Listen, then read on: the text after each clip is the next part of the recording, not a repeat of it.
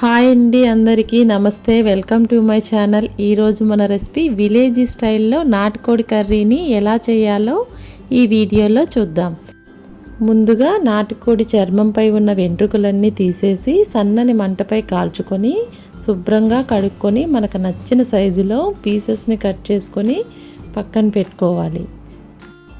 ఈ కర్రీ కోసము ఒక పెద్ద 3 ఉల్లిపాయలను స్లైసెస్లా కట్ చేసుకోవాలి.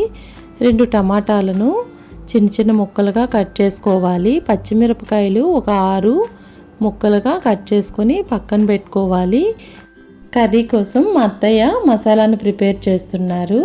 అవేంటంటే 10 వెల్లుల్లి రెబ్బలు, 1 ఇంచీ వరకు కొబ్బరి, 1 ఇంచీ అల్లం, 2 టేబుల్ స్పూన్స్ ధనియాలు, స్టార్ పువ్వు, చెక్క, బిర్యానీ ఆకు, లవంగాలు, యాలకులు, గసగసాలు, 1 ఆనియన్ యాడ్ చేస్తున్నాము గ్రేవీ కోసం. ఈ మసాలా అంతా చక్కగా మిక్సీ పట్టుకోవాలి మెత్తని పేస్ట్లా. ఇప్పుడు స్టవ్ ఆన్ చేసుకొని కుక్కర్ పెట్టుకోవాలి. కర్రీకి సరిపడా ఆయిల్ని యాడ్ చేసుకోవాలి. ఆయిల్ హీట్ అయ్యాక మనం ముందుగా కట్ చేసి పెట్టుకున్న ఆనియన్ చిల్లీ ముక్కల్ని యాడ్ చేసుకొని చక్కగా ఆయిల్లో ఫ్రై చేసుకోవాలి. ఈ కర్రీ మొత్తం మా అత్తయ్య స్టైల్లోనే చేస్తున్నారు. ఇప్పుడు కట్ చేసి పెట్టుకున్న టమాటోస్ని యాడ్ చేసుకోవాలి. ఈ టమాటోస్ అన్నీ చక్కగా పచ్చివాసన పోయేంత వరకు ఫ్రై చేసుకోవాలి. ఫ్రై అయ్యాక మనం ముందుగా పేస్ట్ చేసి ఉంచుకున్న మసాలాని యాడ్ చేసుకోవాలి. ఇప్పుడు 1 టీ స్పూన్ వరకు పసుపు యాడ్ చేసుకోవాలి. కారం మన టేస్ట్కి తగ్గ యాడ్ చేసుకోవాలి.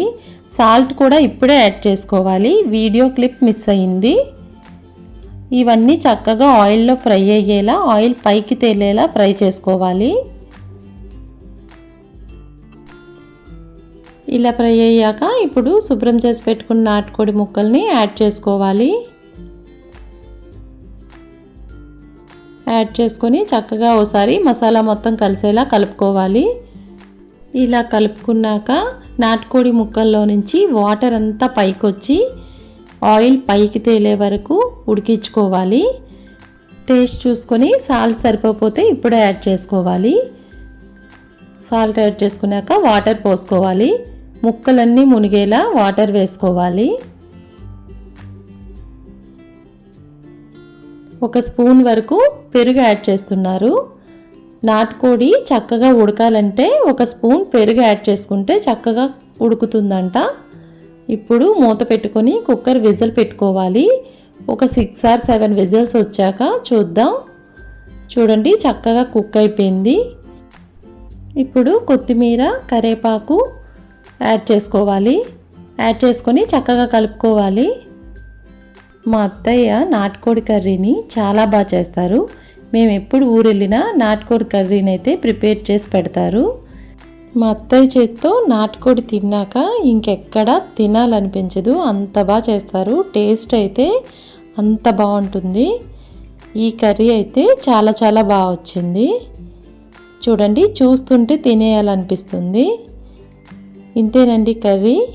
ఈ రెసిపీ మీకు నచ్చితే మీరు కూడా ట్రై చేయండి. ఈ కర్రీని మనం రాగి సంగటిలోకైనా, రైస్లోకైనా, చపాతీలోకైనా చాలా చాలా బాగుంటుంది. మీకు కూడా ఈ రెసిపీ నచ్చితే మీరు కూడా ట్రై చేయండి. టేస్ట్ ఎలా వచ్చిందో మాకు కామెంట్ చేయండి. Thank you for watching.